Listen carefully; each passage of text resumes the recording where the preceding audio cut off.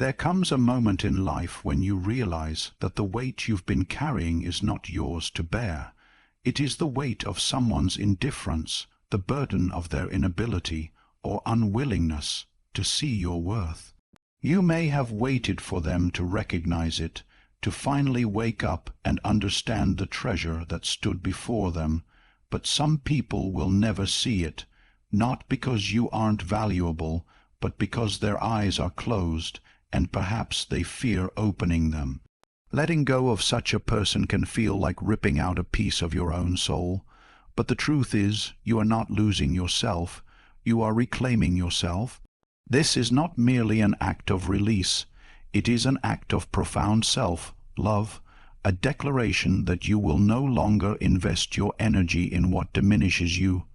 Today, I want to take you through 5 essential truths about letting go, so you may walk away not with bitterness, but with freedom.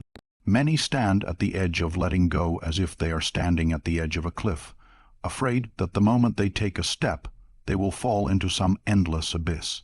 The mind, when it has been bound to someone for a long time, convinces itself that separation is ruin, that to release is to destroy something sacred, and so they stay, convincing themselves that endurance is proof of love, that holding on will eventually yield the recognition they deserve. Yet this belief is an illusion, a trick of the ego that confuses persistence with worth. In truth, letting go is not the crumbling of a life, but the transformation of it. It is not the defeat of a failed attempt. It is the liberation into a truer way of being. Imagine the bird in the cage. For years it has seen only the small space within the bars, circling the same perches, singing the same songs into the same air. The cage has become so familiar that it no longer questions it. The open door, if it even notices, looks less like an invitation and more like a threat. Beyond is light, vastness, and the uncertainty of the wind. The bird hesitates because it has forgotten that its wings are not ornaments but instruments of flight.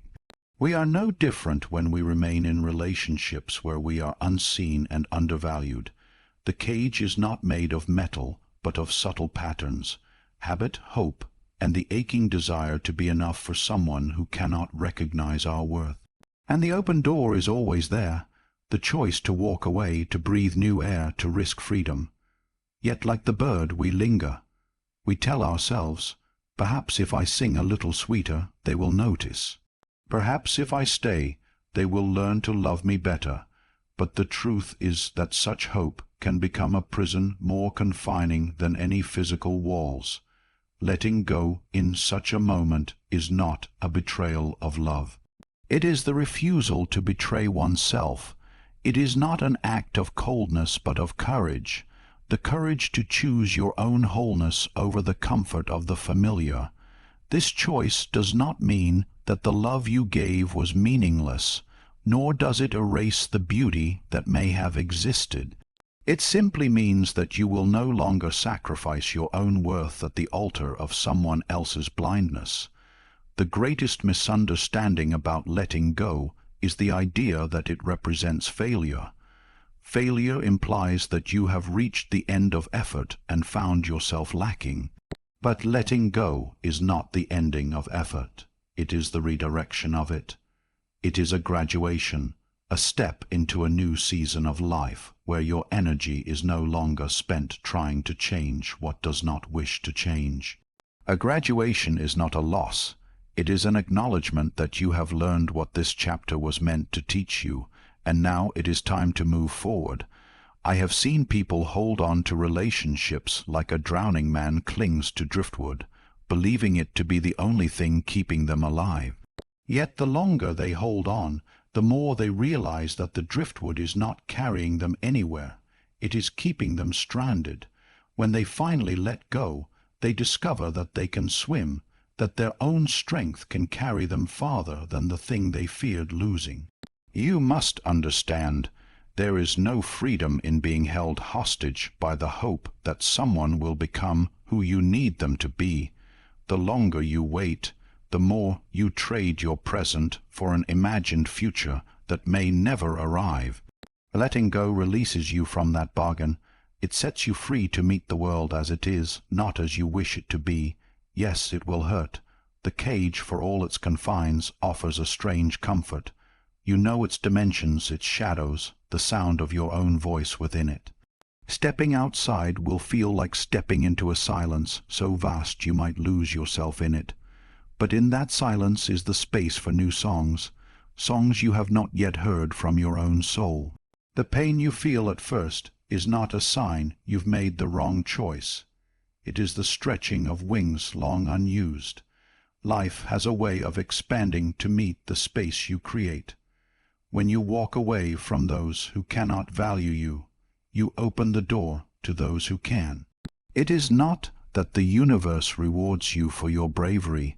It is that you finally make room for what you have been asking for all along. A relationship built on reciprocity cannot enter a space already filled with one-sided giving. By letting go, you create the vacancy in which genuine connection can arrive. To hold on to someone who does not see you is to live in a world that is smaller than you are meant to inhabit. You were not born to shrink yourself to fit inside the vision of another's limited gaze. You were born to meet the world with your full stature, to walk into spaces that can hold the weight of your being. Liberation does not come without grief. You will mourn not only the person, but the dream you had of what could have been. You will mourn the investment of time, of care, of pieces of yourself you will never get back. This mourning is natural. It is the echo of the life you thought you were building. But if you allow yourself to grieve fully, you will notice that grief has a strange quality. It cleanses. It clears away the fog of illusion and leaves you with the solid ground of truth beneath your feet. And in time, you will see that what you feared losing was never truly yours to keep. What is meant for you will not require you to beg for it, chase it, or prove yourself worthy of it. It will come to you with open hands, not clenched fists. It will recognize you without needing to be persuaded. Letting go is not an erasure of love. It is the recognition that love without value is not love in its truest form. It is knowing that you can honor what was without chaining yourself to it. It is the quiet strength of choosing the unknown sky over the safe cage. It is the refusal to spend another day hoping someone will open their eyes when you could instead open your wings. When you finally take that step, when you stop waiting for the person who will not change, you will discover that you are not stepping into emptiness at all. You are stepping into the vastness of yourself, into a life that was always waiting for you beyond the bars. And the first breath you take in that freedom will be the sweetest you have ever known, because it will be your own. There is a dangerous illusion that can take root in the mind when love or recognition is withheld. The belief that if someone does not see your worth, it must mean you are not worthy. It is a quiet and poisonous thought, one that creeps in slowly, reshaping how you see yourself until you begin to measure your value by their approval, as if their gaze were the only mirror capable of showing you who you are. Yet the truth is as constant as the sun behind the clouds. Your value does not appear or disappear according to who notices it. It simply is. Gold does not cease to be gold because it is buried in the earth, unseen by human eyes. Its worth does not depend on being displayed, polished, or praised. In the same way, your essence remains precious whether or not it is acknowledged. But when you are bound to someone who cannot or will not recognize this, it can feel as though their blindness is a verdict against your being. You start to doubt what you once knew about yourself, and this doubt is the most insidious wound, for it is not inflicted from without but grows quietly from within. I once knew a man who lived for years in a relationship that eroded him little by little. His partner was relentless in her criticism. Nothing he did was quite enough, and every accomplishment was met not with admiration, but with a reminder of what he had failed to do. At first, He resisted her words, telling himself that he knew his own strengths.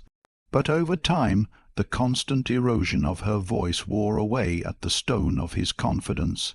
He began to believe her. The man who had once walked through life with his head high now moved through it with his eyes lowered, as if to avoid the judgment he imagined was everywhere. It was only after he left her, after the long and painful process of disentangling himself, that the truth began to return to him. He found himself among people who welcomed his ideas, who marveled at his skills, who asked for his counsel and trusted his judgment. In that circle, the light in his eyes came back. He realized with a mixture of relief and grief that his worth had never been absent. It had simply been invisible to the wrong audience. The tragedy was not that he had been unworthy, but that he had wasted so much time trying to be seen by someone incapable of seeing. This is the cruel trick of tying your worth to another's perception. You give them the power to define you, and in doing so, you hand them the keys to your own self-esteem. If they are generous and clear-sighted, you may flourish.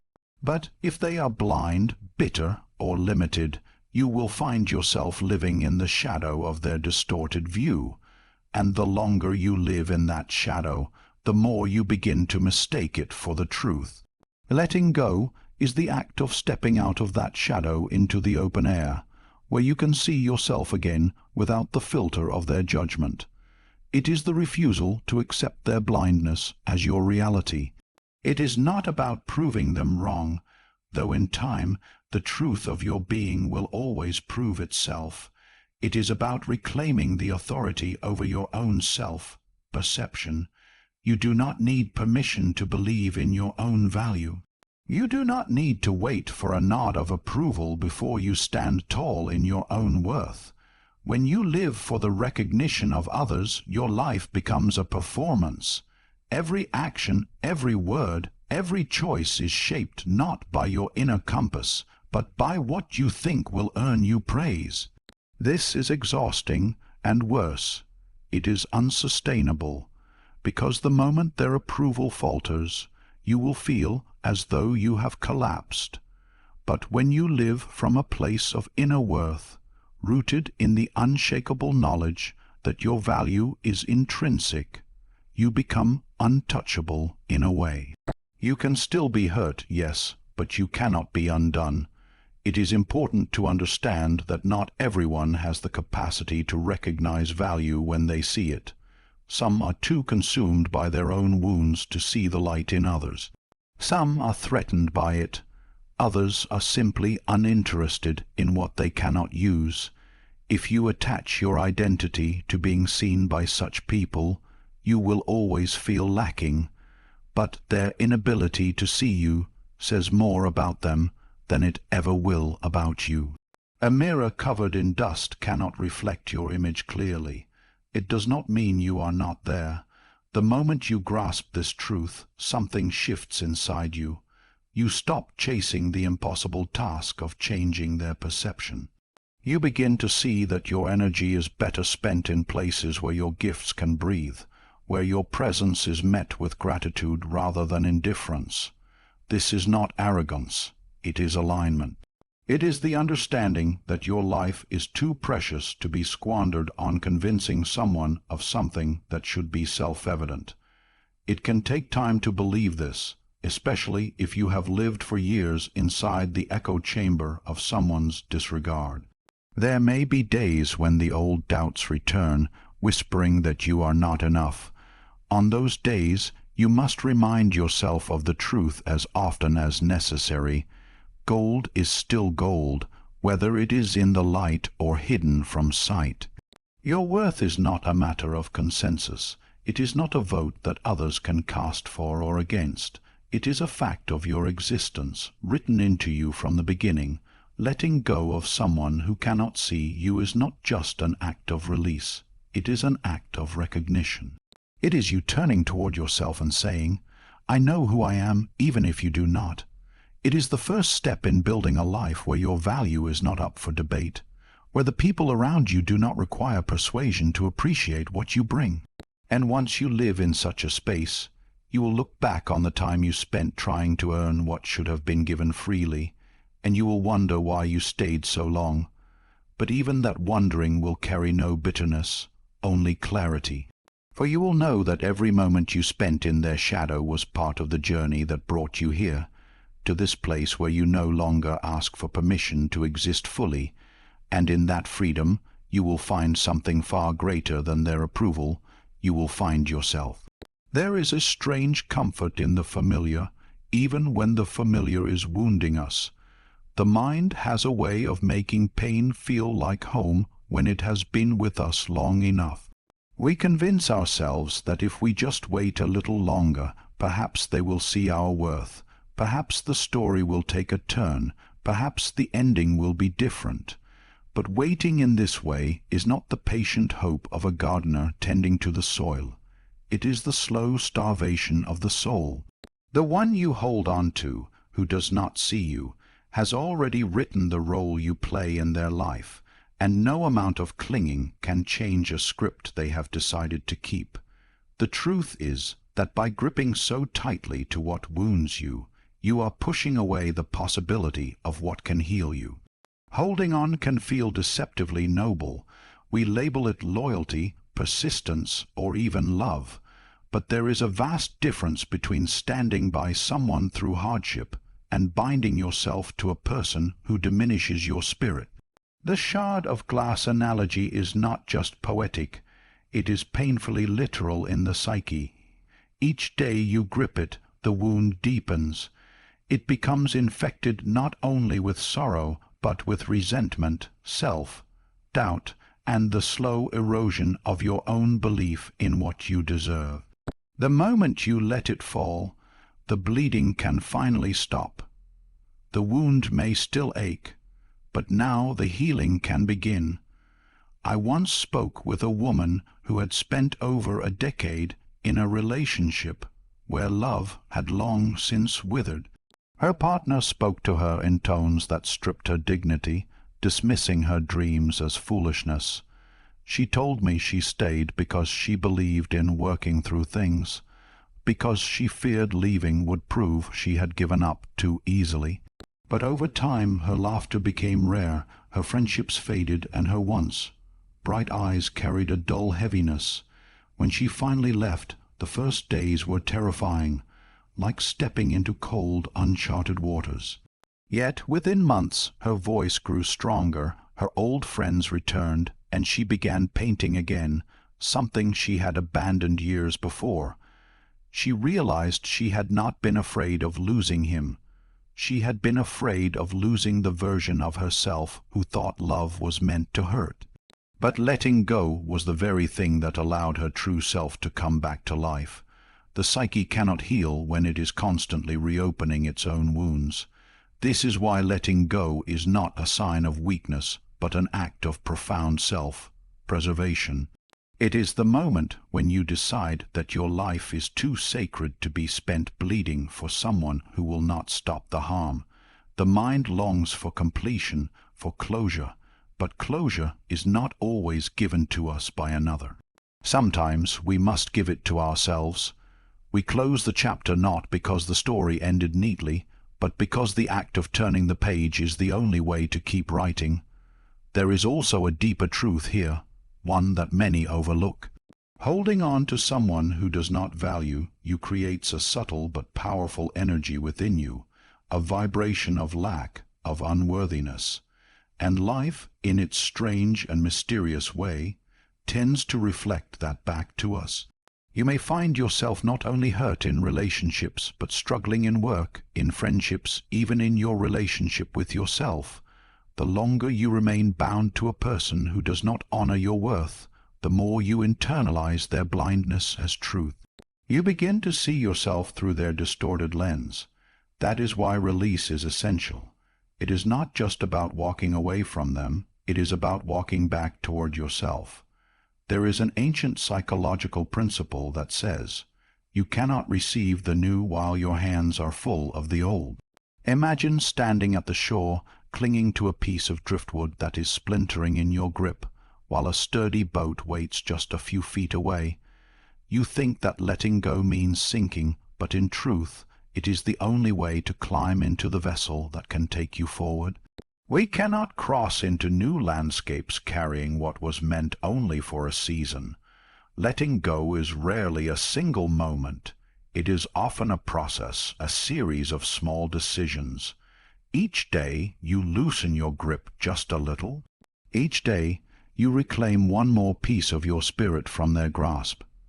Some days will feel like you are moving backward, but the very act of choosing yourself again and again plants seeds of strength you will one day be grateful for. The world beyond the person you are holding on to is not empty. It is filled with new faces, new conversations, new forms of joy you have yet to imagine, but these cannot enter while your energy is chained to the past. Think of your attention, your love, your time as fertile soil. When you stop pouring it into the ground where nothing will grow, you can finally plant it where life will flourish. In time, you will look back and see that the act of letting go was not the end of your story, but the moment you began to write it for yourself. The wound you thought would define you becomes the scar that marks your survival. You may even thank the pain one day, not for what it did to you, but for what it taught you about the depths of your strength. And then you will understand, holding on was never protecting you from loss. It was keeping you from the freedom you always deserved. There is a profound and immutable law woven into the fabric of existence. Emptiness will always invite something new to fill it.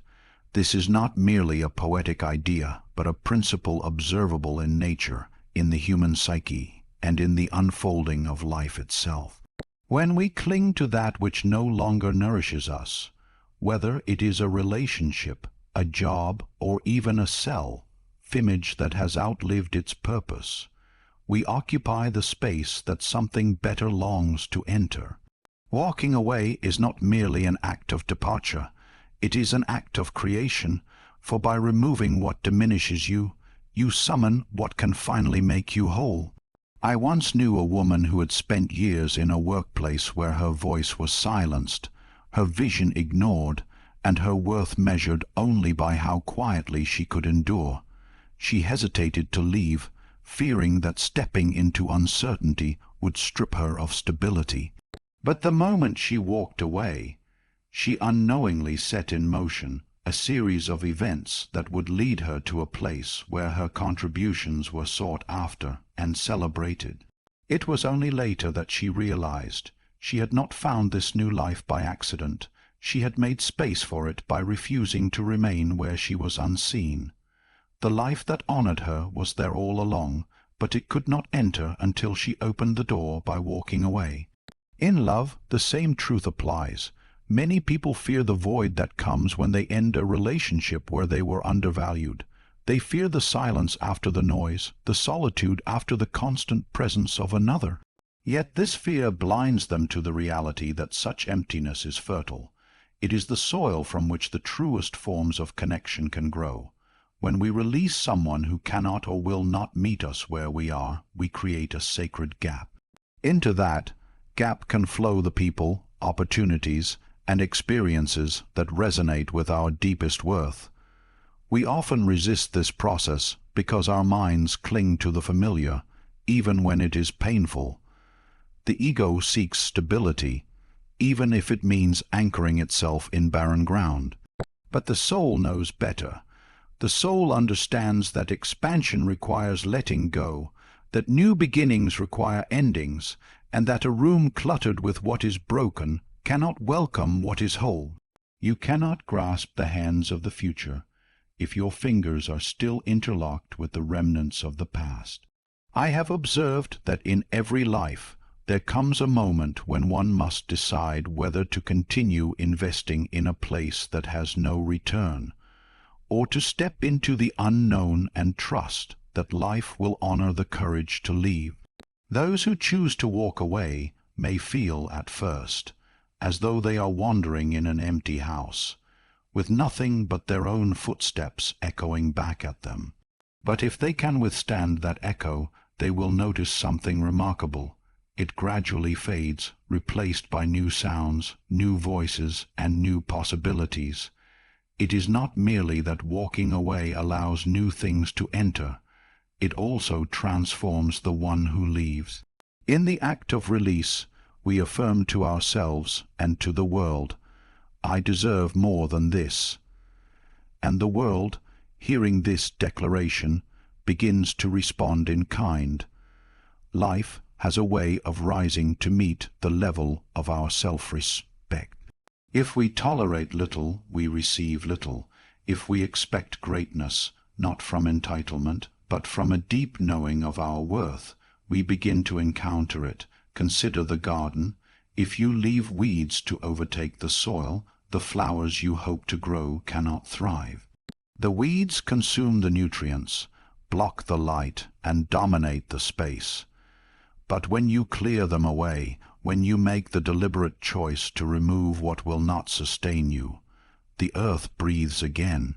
And in time, it brings forth beauty you could not have imagined while the ground was choked with what never belonged there. Many resist walking away because they believe the absence will be unbearable. Yet the truth is that the absence is the very medicine they need, for in that quiet space they can hear their own voice again, a voice that may have been drowned out by criticism, neglect, or indifference. They can remember what it feels like to be at peace in their own company, and from this place of inner wholeness they will never again accept a love, a job, or a friendship that asks them to shrink to fit. Walking away is not about rejecting others out of bitterness. It is about aligning yourself with what allows you to flourish. It is a movement toward life, not away from it. The vacancy you create is not a loss. It is an invitation. You are inviting respect, joy, and fulfillment to take up residence where once there was only scarcity. And when they arrive, as they inevitably do, you will look back and see that leaving was not an act of abandonment, but the first step toward becoming who you were always meant to be. To let go is to step into the most sacred covenant you can make with yourself. It is the quiet yet resolute declaration that you will not abandon the sanctuary of your own soul for the fleeting comfort of another's presence. Many people believe letting go is simply a matter of distance, a cutting of ties, or a removal of a name from one's life. But in truth, letting go is far deeper. It is an act of alignment with your own inner truth, a moment in which you choose to no longer betray the whispers of your own heart for the sake of keeping something, or someone, that drains you. It is the point where you decide that your inner light is too precious to be dimmed in the shadows of another's disregard. True self, love is not wrapped in the soft fabrics of indulgence or in the sweet words of self-affirmations alone. It is forged in the furnace of difficult choices, the courage to step away from the table where you are no longer fed, the strength to endure the ache of solitude rather than the familiar ache of neglect. There is nothing romantic about those first moments after you let go. You may feel exposed, as though the winds of life cut more sharply against your skin. You may feel an emptiness, the absence of voices and patterns that had filled your days, even if those patterns were suffocating you. Yet it is precisely in this emptiness that the seeds of self-love take root. Walking an empty road in peace is far more sacred than walking a crowded path that crushes your spirit. To walk alone is not to be lost. It is to journey without the constant interference of voices that tell you you are not enough. In this space, the silence becomes a mirror, and though at first it may reveal wounds, scars, and the unvarnished truth of your fears, it also begins to reflect your own worth back to you. You see yourself as you are, without distortion, without the noise of others' judgments clouding the image. The paradox of letting go is that you begin by feeling as though you have lost something essential, but over time you realize you have reclaimed something far greater, yourself. You no longer measure your value by whether someone chooses to stay or go. You no longer feel compelled to twist yourself into a shape that will fit the hollow spaces in another person's heart. You begin to understand that love, in its truest form, cannot require you to shrink in order to receive it. And then something profound happens. Life begins to respond to your new stance. The world has an uncanny way of reflecting back the energy you choose to embody. When you carry yourself with the quiet conviction of someone who knows their worth, you start attracting people, opportunities, and experiences that align with that truth. This is not magic. It is the natural law of resonance. You no longer entertain what diminishes you, and so you no longer invite it into your life. Letting go becomes more than a single act. It becomes a living declaration that echoes in every choice you make thereafter. You choose relationships that honor your boundaries. You pursue work that values your contribution. You fill your days with conversations and activities that nourish your mind and spirit rather than deplete them. And perhaps most importantly, you stop negotiating the terms of your self-worth. There is no longer a price someone can pay, or a role they can play, that is worth more than the peace of being true to yourself. When you release someone who doesn't value you, you are not punishing them. You are protecting yourself. You are saying, with every fiber of your being, I am no longer available for my own diminishment. This is the essence of self-love, not a feeling, but a practice. It is not a candle you light in the evening for ambience. It is the fire you keep burning in your soul so that no matter how dark the night becomes, you can still see the path ahead. And perhaps, somewhere along that path, you will look back and see the person you used to be, the one who stayed too long, who hoped too much for a change that never came, who compromised more than they could afford. You will not look upon them with shame, but with compassion, for they were the necessary bridge between who you were and who you have become. Without their endurance, their longing, and their eventual breaking point, you might never have stepped into this fuller version of yourself. Self-love is the quiet confidence that says, even if I am alone, I am whole. Even if I am misunderstood, I am worthy. Even if I am unseen by others, I will not be unseen by myself. It is the knowledge that you are not defined by who holds your hand, but by how steadfastly you hold your own soul. The day you let go is the day you plant the flag of your worth into the ground of your life, and from that place everything changes. Choices become clearer, relationships become healthier, your inner world becomes more peaceful. And though challenges will still arise, you will meet them not from a place of desperation, but from a place of quiet strength. You will know that no matter who comes or goes, the one constant, the one who will never abandon you, is yourself. And that is the greatest outcome of all. Letting go is not the end of your story. It is the turning of a page. You are not abandoning them. You are returning to yourself. And in doing so, you will find that the world becomes larger, brighter, and filled with people who can finally see you for who you are. You deserve to be valued, not eventually, not conditionally, but now.